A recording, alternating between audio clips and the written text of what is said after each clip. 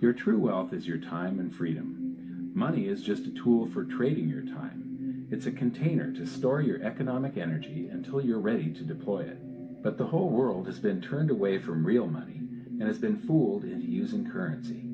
A deceitful impostor that is silently stealing your two most valuable assets, your time and your freedom. Welcome to the rabbit hole. We are entering a period of financial crisis that is the greatest the world has ever known. The wealth transfer that will take place during this decade is the greatest wealth transfer in history. Wealth is never destroyed, it is merely transferred, and that means that on the opposite side of every crisis there is an opportunity. The great news is that all you have to do to turn this crisis into your great opportunity is to educate yourself. I believe that the best investment that you can make in your lifetime is your own education.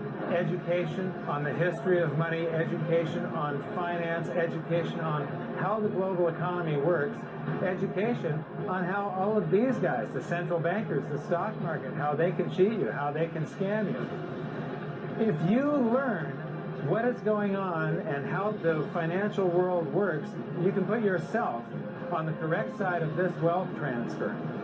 Winston Churchill once said that the further you look into the past, the further that you can see into the future. This program is all about creating your own crystal ball, being able to gaze into the future, being able to change this crisis, the greatest crisis in the history of mankind, into your great opportunity.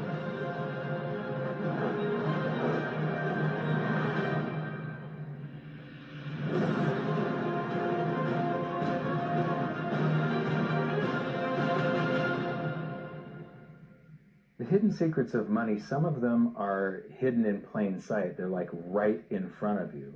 The way the monetary system works is something that isn't actually hidden away from all of us. It's out in the open, but it's complex and people just they can't see how it works.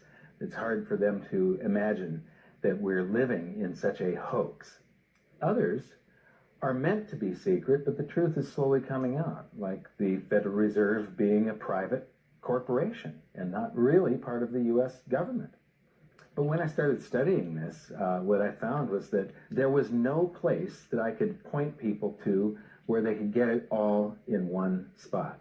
And so I basically decided to write my book about it and consolidate monetary history, economics, the markets, fundamentals of gold and silver.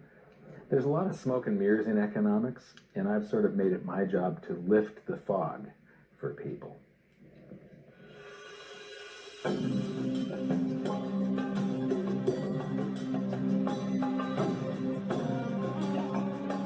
Welcome to Egypt. This is where it all began. Roughly 5,000 years ago, the Egyptians started using gold and silver as their predominant form of currency. But it was not yet money. The pieces of gold and silver that they were using were odd sizes and weights, odd purities, so it still was not interchangeable, where each unit is the same as the next. This meant that nothing really had a price yet. You couldn't put a price of so many coins on something because they didn't have coins yet. Trade was still difficult. It was still a guessing game when it came to the exchange of values. One of the reasons that we are in the financial mess that we are today globally is that people do not understand the difference between currency and money. Currency is a medium of exchange, a unit of account. It is portable, durable, divisible, and something called fungible. Fungible means that each unit is the same as the next unit. A dollar in my pocket buys the same amount as a dollar in your pocket. Money is all of those things plus a store of value over a long period of time. Even financial planners, bankers, your accountant, they don't understand the difference between currency and money. The currency in your pocket is a medium of exchange. It's a unit of account because it's got numbers on it. It's somewhat durable, it's portable, it's divisible in that you can make change, and it's fungible. A dollar in my pocket buys the same amount as a dollar in your pocket. But because governments can print more and more and more of it and dilutes the currency supply, it's continually transferring wealth out of your pocket, out of your bank account, to the government and to the banking system. The reason that gold and silver are the optimum form of money is because of their properties. It's an easy medium of exchange because gold and silver store a large amount of value in a very small area. It's a unit of account. Pure gold has the same value all over the planet. So an ounce of gold buys the same amount here in Egypt as it would in China or in the United States. It's durable. The same gold that Egyptians were using in trade 5,000 years ago is still here with us today. It does not corrode. It's divisible. You can make change with it. It's very portable. You could use something like oil as money. It's just that you can't carry around a barrel of oil on your back. It's fungible. Pure gold is the same wherever it is on Earth. Pure silver is the same wherever it is on Earth. It's limited in quantity. That's the reason that it maintains its purchasing power. Governments cannot print it. Over the last 5,000 years, only gold and silver have maintained their purchasing power. There have been thousands upon thousands of fiat currencies that are unbacked by gold or silver, and they have all gone to zero. It's a 100% failure rate.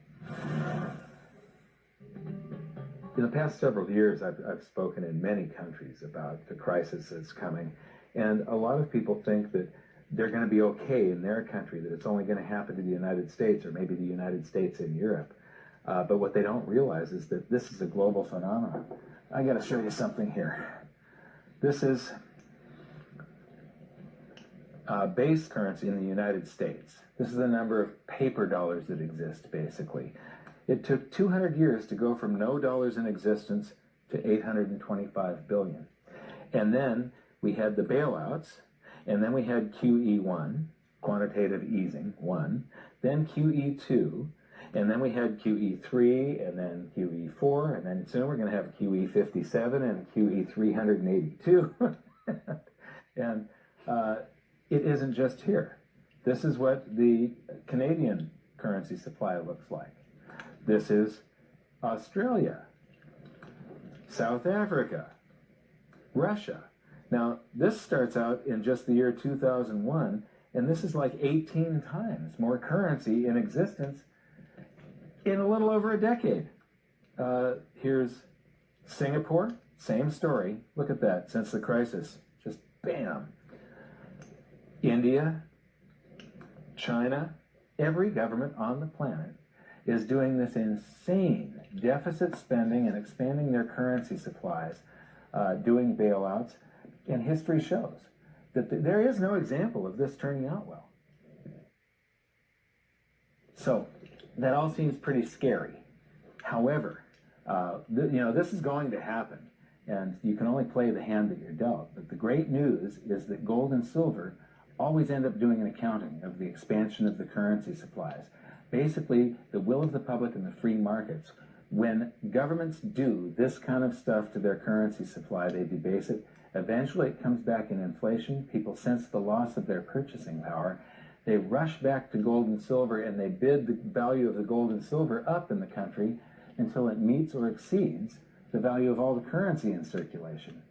This is a process that's been going on over and over again throughout history, except this time it's happening on a global scale. It has never before happened in all countries at once. And that means that this is the greatest wealth transfer in history. Therefore, it's the greatest opportunity in history, and it's not going to happen again in your lifetime.